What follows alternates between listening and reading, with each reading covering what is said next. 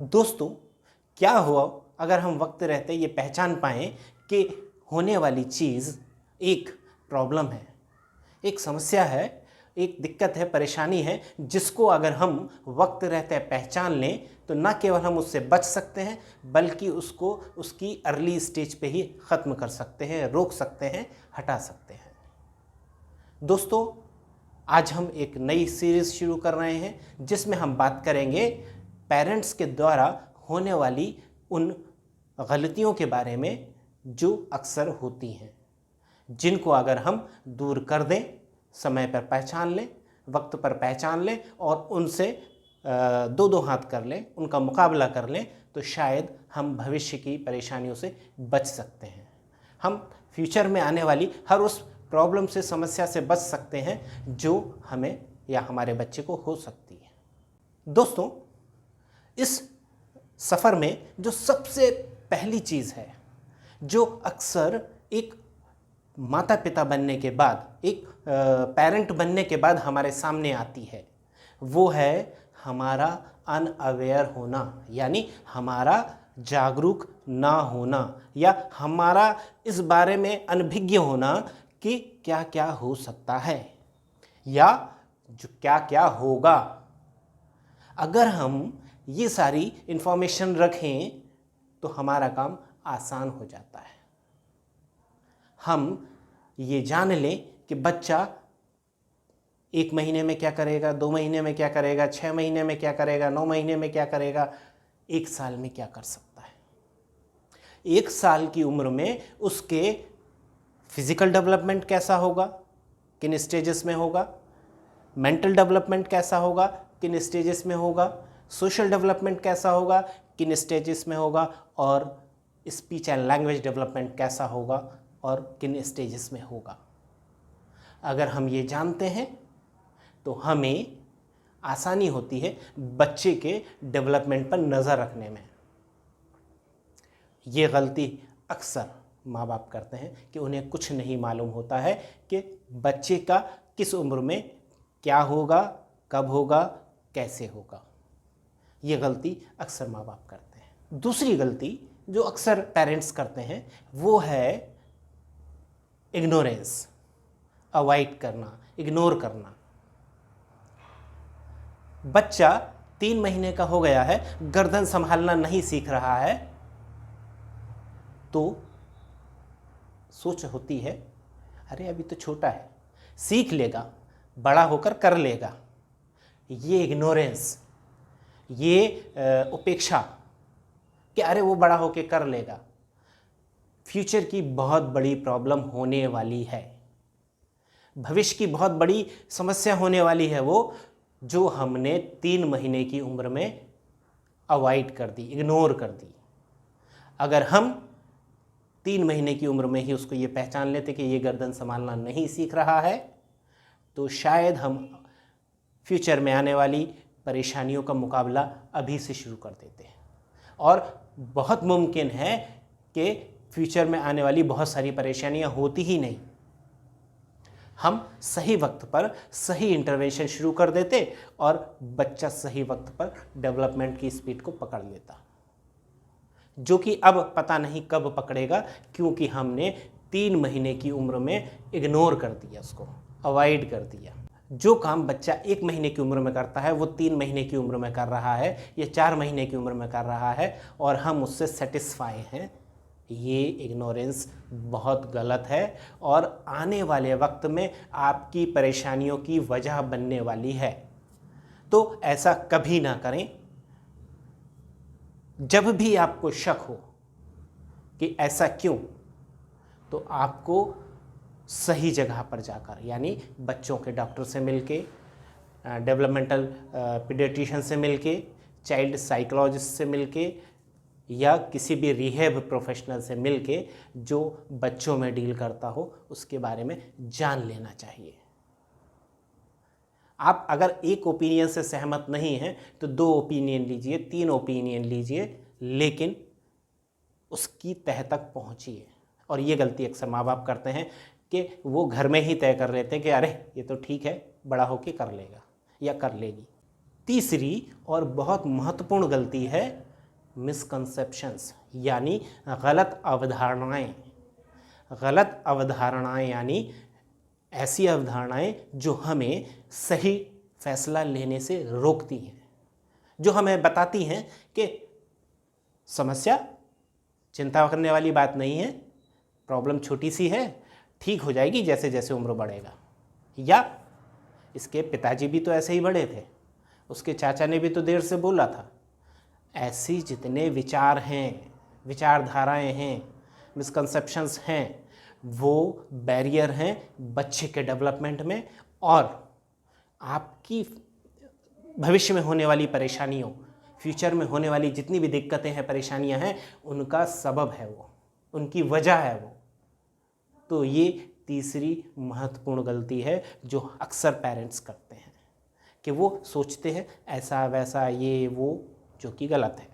चौथी और बहुत महत्वपूर्ण गलती है पेरेंटिंग की, और वो है पैम्परिंग, यानी बहुत ज़्यादा नखरे सहना बच्चे के।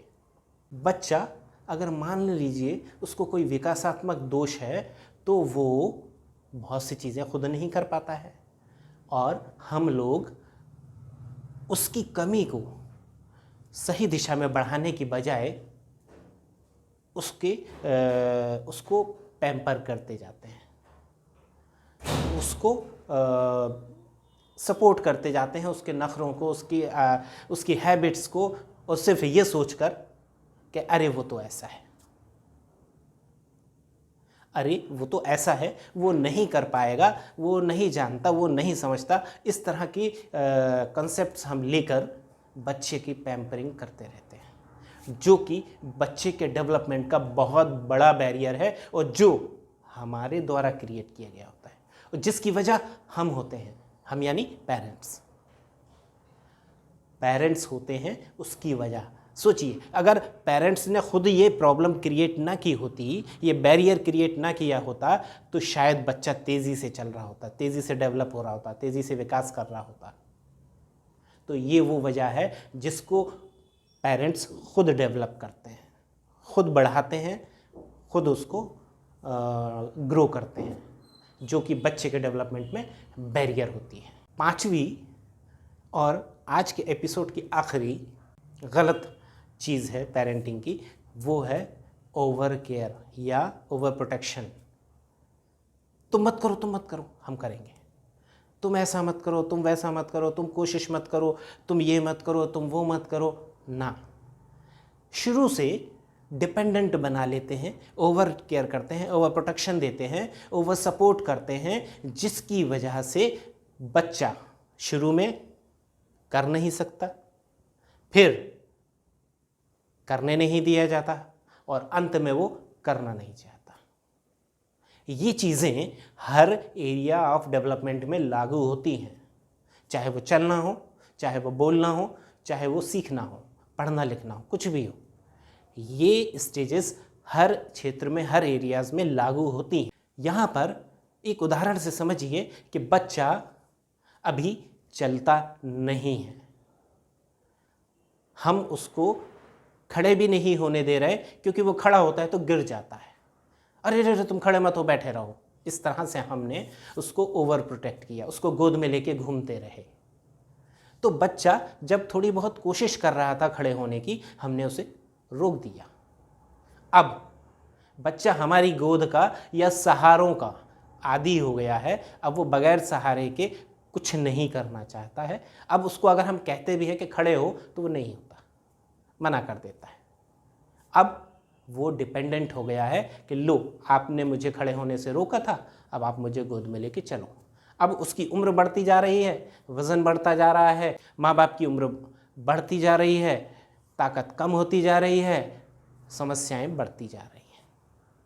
और यहाँ पर फिर से वही कारण होता है जो माँ बाप ने या पेरेंट्स ने अपने आप पैदा किया होता है।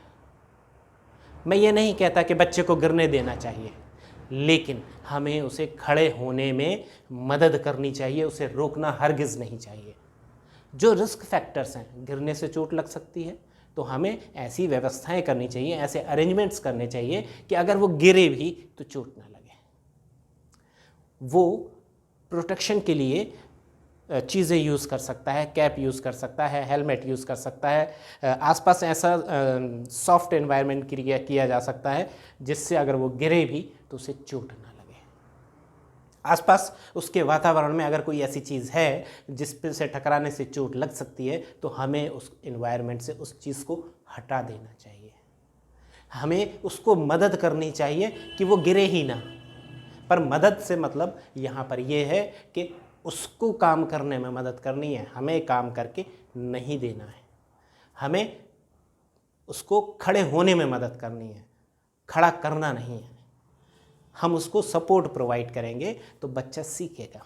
जब वो सीखेगा तो वो एक्सप्लोर करेगा, जब वो एक्सप्लोर करेगा तो और तेज़ी से सीखेगा। और ये साइकिल जो है ये लगातार चढ़ता रहता है, बढ़ता रहता है। बच्चा सीखता रहता है, आगे बढ़ता रहता है। हम यहाँ पर तुम ये मत करो, तुम वो मत करो, गिर जाओगे, यहाँ मत जाओ, वहाँ मत जाओ, उसको मत छुओ कह के बच्चे के एक्सप्लोर करने के नेचर को बंद कर देते हैं। उसके जो सीखने का जो जिज्ञासाएं होती हैं उनको हम काट देते हैं। उसको कह देते हैं कि नहीं, तुम्हें कुछ करने की ज़रूरत नहीं है, हम हैं ना तुम्हारे लिए। और फिर जब वो 5 साल का हो जाता है तब हम परेशान होने लगते हैं कि अब क्या करें।